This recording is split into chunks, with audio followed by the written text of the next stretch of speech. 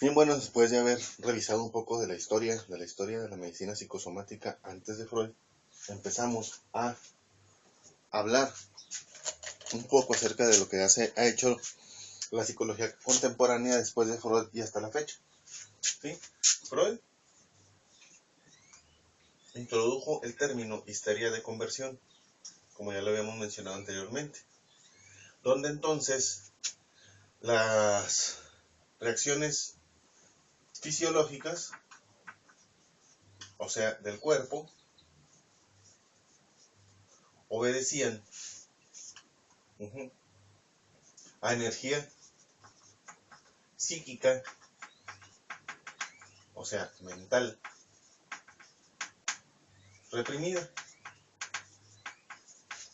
¿Sí? Entonces esta energía mental, esta energía psíquica reprimida, encontraba forma de expresión a través de los estados fisiológicos del cuerpo. Es lo que él denominaba histeria de conversión. De hecho, estamos hablando del principio del siglo pasado, principios del siglo XX, después de Freud, un discípulo de él llamado Otto Ferenczi,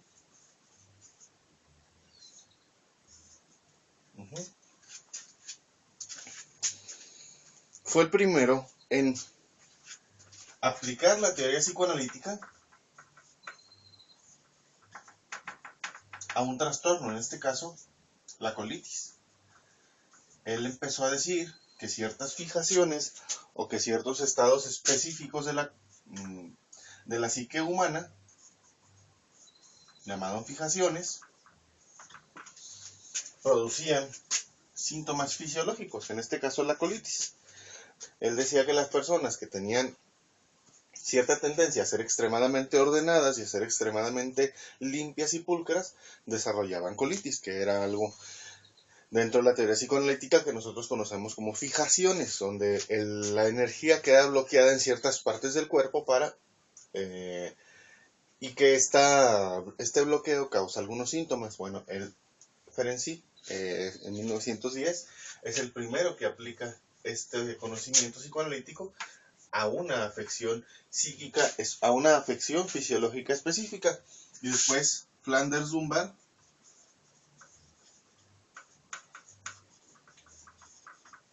1936, ya nos estamos acercando a la actualidad, dice que él sugiere, o en este caso ella sugería, que algunos patrones de conducta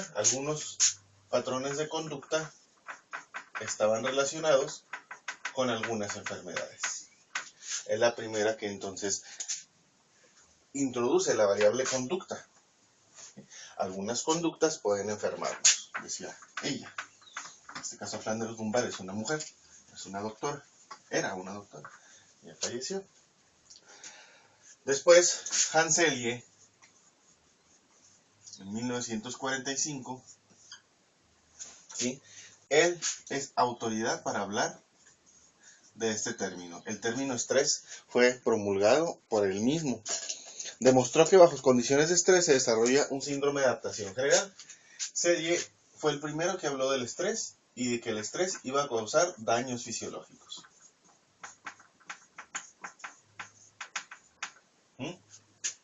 Selye decía que el estrés es el resultado del cuerpo, es el resultado del esfuerzo del cuerpo para adaptarse.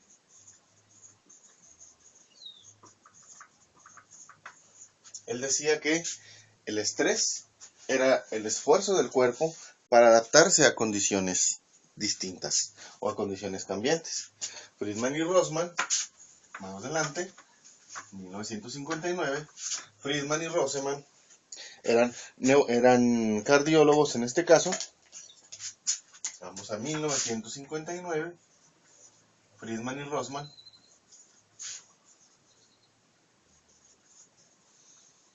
identificaron dos tipos de personalidad, tipo de personalidad A y tipo de personalidad B.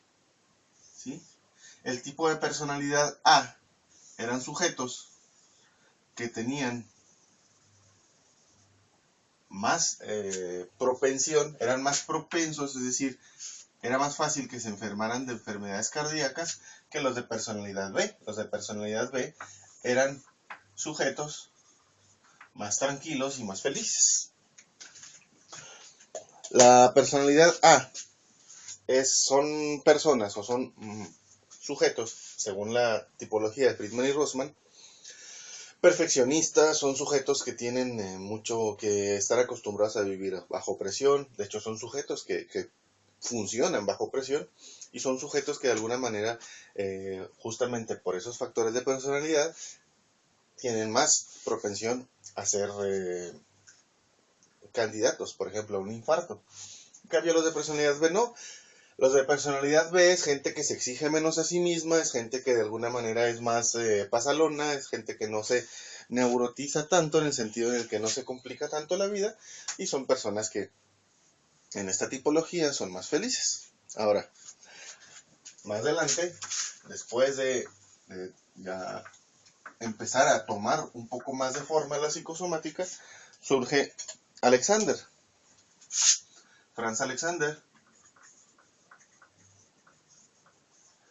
y estamos hablando ya de los 60, 1969, decía que sí, hay factores de la conducta y sí, hay factores internos, pero él apostaba más a factores, a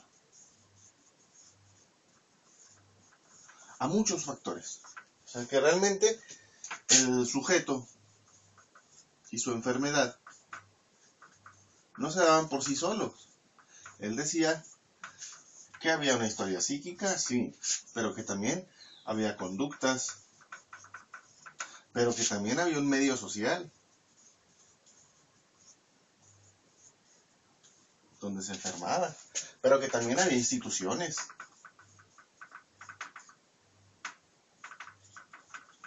pero que también había un sistema económico, y que entonces el sujeto y sus enfermedades estaban no solamente a merced de su propio psiquismo o de su propia vida mental, sino de sus propias conductas, del medio social donde se desenvuelve, de la familia, por ejemplo, del factor económico y pues, de algunas instituciones. Y tiene mucho sentido porque resulta, por ejemplo, que en países del primer mundo, como Holanda, donde se te da una pensión, por ejemplo, por el síndrome del túnel carpiano, muchas personas, o se ha reportado que muchas personas tienen muchísimo más este síndrome en países donde hay instituciones que dan facilidades para ello. Ahora, otra de la situación, dentro de los factores multifactoriales de Alexander, pues es la genética. Él decía que también la genética del sujeto jugaba un papel muy importante en las enfermedades mismas. O sea que había gente que estaba más predispuesta a sufrir diversas enfermedades. Digamos que entonces a partir de Franz Alexander surge y se instituye en 1969 ya la cátedra de psicosomática. Es decir, existe la psicosomática como un objeto de estudio aparte dentro de la psicología. Ahora, con respecto a la etiología significa el estudio de las causas. Bueno, ¿cuáles son las causas de algunas de las enfermedades? Pueden ser factores, lo tienen en su manual, estresantes, generales. O sea, los factores que de alguna manera le exigen al cuerpo adaptarse. Entendamos estrés no solamente con estar nerviosos o con estar tensos, sino el estrés es el resultado del cuerpo para adaptarse a condiciones cambiantes o a condiciones específicas. Entonces podemos entender estrés. Se produce estrés, por ejemplo, ante situaciones adversas, es decir, no buenas como ante situaciones muy buenas.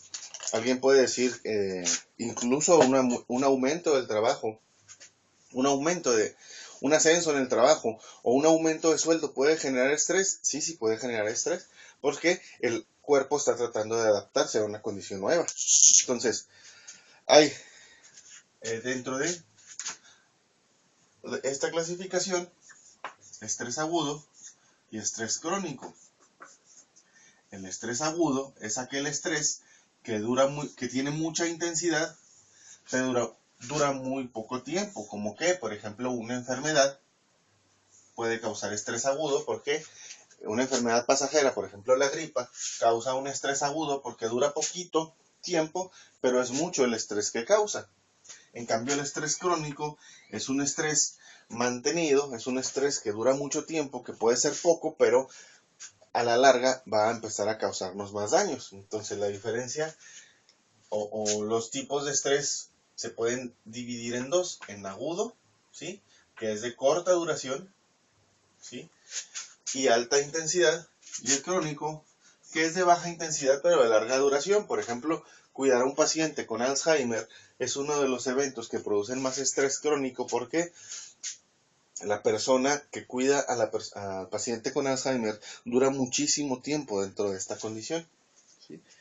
Y hay factores estresantes que son internos, es decir, dentro de nuestro cuerpo, dentro de nuestras ideas, dentro de nuestra cabeza, y hay factores externos.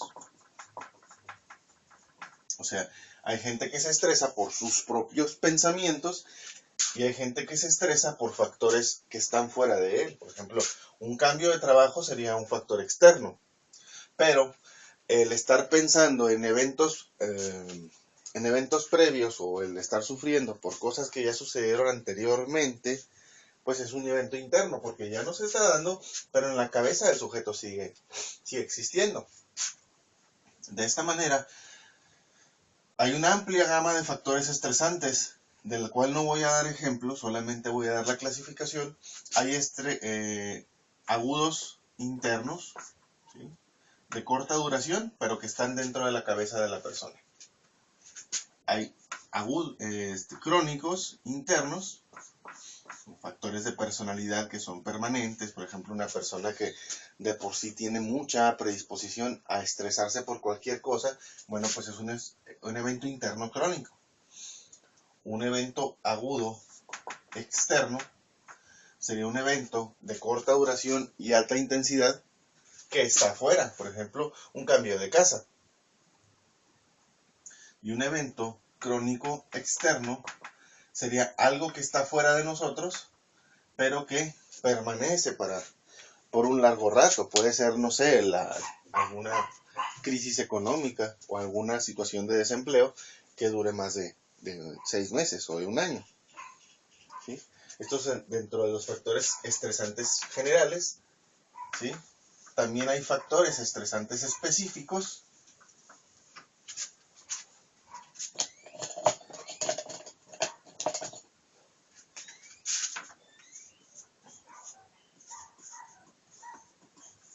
¿sí?, como por ejemplo, ya lo habíamos mencionado, el tipo de personalidad A.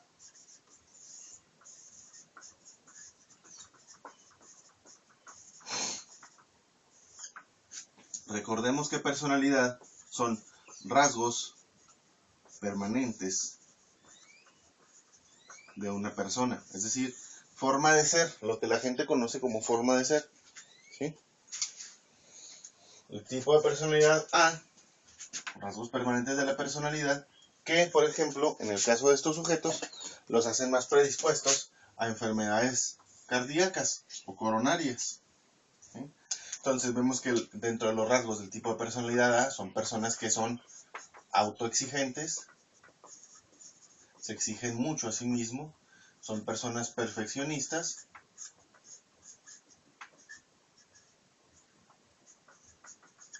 y son personas que viven o se producen a sí mismas mucha presión, mucha presión.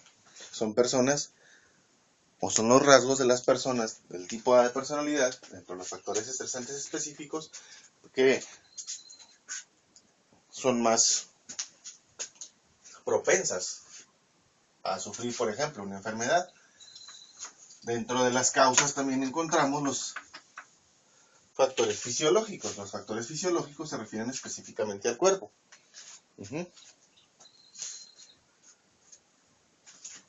Entre los factores fisiológicos,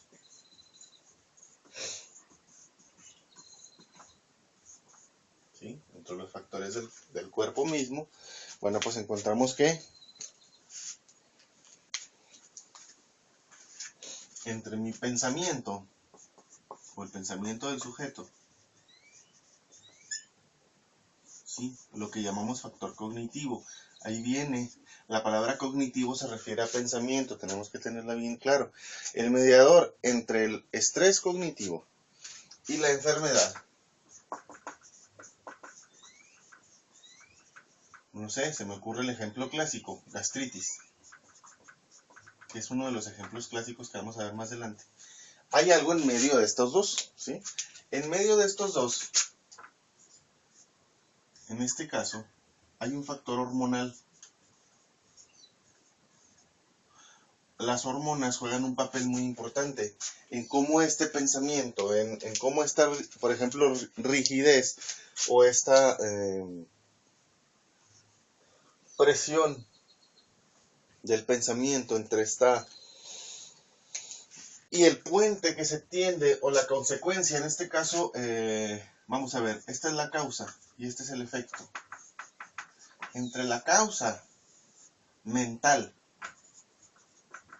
y el efecto físico evidente, en este caso la gastritis, hay factores o hay algunas hormonas que participan. No lo voy a explicar a esta altura porque lo voy a explicar más adelante, pero hay ciertas hormonas como la adrenocorticotropina, ¿sí? O la misma adrenalina,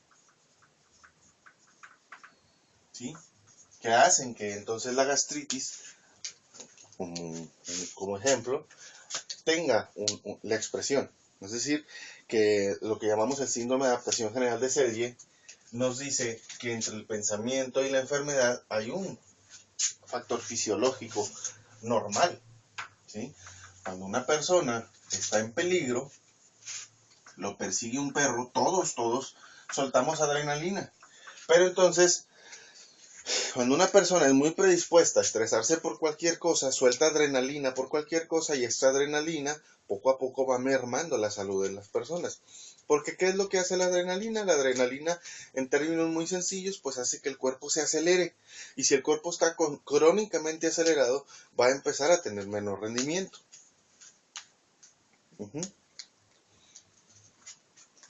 Alexander decía que Selye apostaba más a los factores hormonales. Pero Alexander decía, ya lo habíamos visto, Franz Alexander, 1969, apoya la postura de que el sistema nervioso autónomo, tanto en sus ramas simpáticas como en sus ramas parasimpáticas, tienen una acción sobre el sistema, sobre las enfermedades. Es decir, él decía, primero, él decía que hay cosas dentro del funcionamiento de nuestro sistema nervioso, hay cosas que van a funcionar por sí solas, que son inevitables. ¿Sí? De eso se encarga el sistema nervioso autónomo. Cuando a ti, por ejemplo, ¿cómo funciona el sistema nervioso autónomo?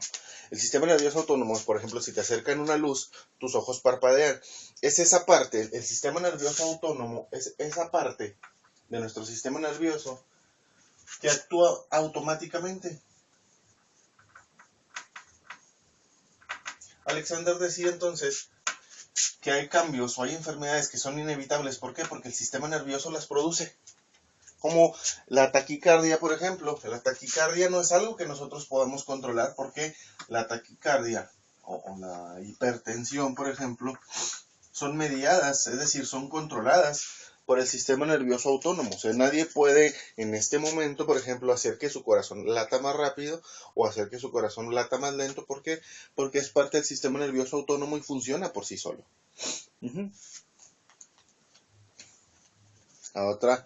Otros factores fisiológicos que se han encontrado es que nuestro sistema inmunitario,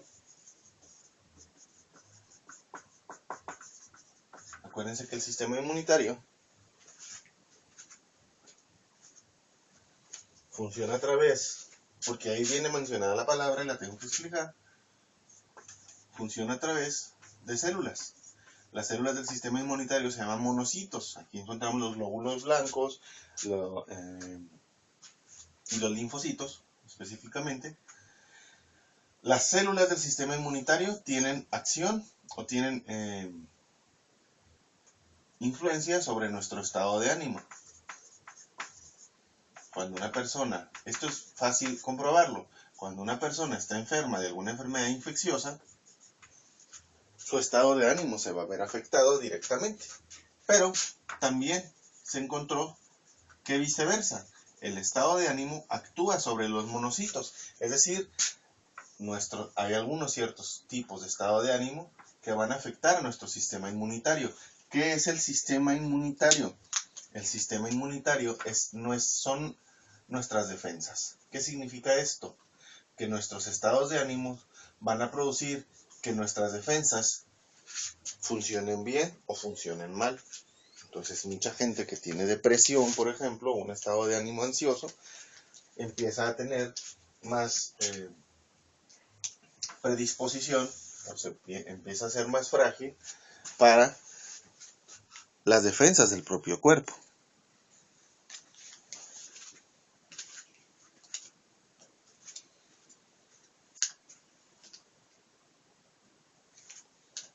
Y algo que se ha encontrado dentro de los factores fisiológicos es que las diversas técnicas de relajación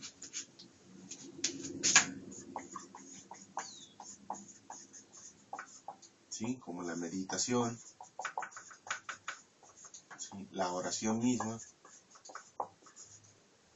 ¿sí? Y algunos estados de hipnosis tienen influencia directa, es decir, repercuten, es decir, afectan positivo o negativamente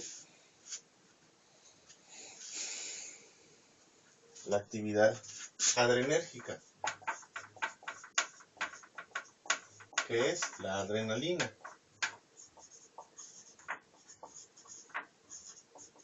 Disminuyen el estado de alerta y esto tiene consecuencias directas en un sistema de nuestro cerebro que se llama sistema límbico. El sistema límbico es la sede de nuestras emociones.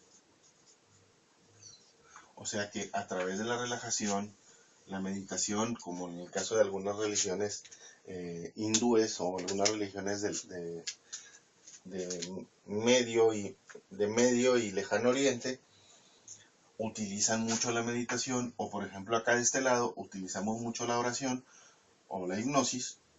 A través de estas relajaciones, a través de estas técnicas, disminuye la actividad adrenérgica, es decir, disminuye nuestros estados de alerta.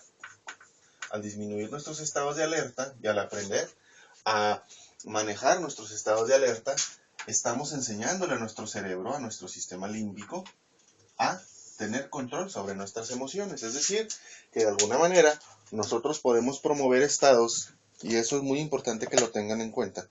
No, es muy probable que nosotros como consejeros, o nosotros como psicólogos, o ustedes como consejeros, no vayan a curar a la persona, pero sí le van a ayudar, por ejemplo, a promover un cambio dentro de sus emociones a través de técnicas que sí están en nuestras manos. ¿Sí? No quiero meterme en la discusión de que si se puede o no se puede a través de la oración curar a las personas. Hay testimonios en los que sí, pero el sustento científico de esto pues se explica a través de la adrenalina. Es decir, sí hay un cambio, sí hay una sanación a través de las técnicas de relajación que ustedes gusten, ¿sí? Pero se explica a través de la disminución del estado de alerta, del estado adrenérgico y de la modificación de nuestras emociones, es decir, que las personas aprendan a tener un control de las emociones a partir de estos ejercicios.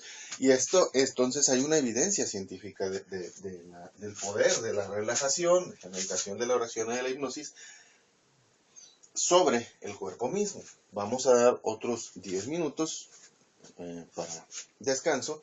También les repito que pueden ustedes estar en contacto conmigo a través de la plataforma de Facebook y regresamos dentro de 10 minutos. Esto, bueno, vayan, descansen un momento, discutan lo que acabamos vaya, Compartan lo que acabamos de discutir y cualquier duda o aclaración pueda estar en línea a través de Facebook. Regresamos en 10 minutos.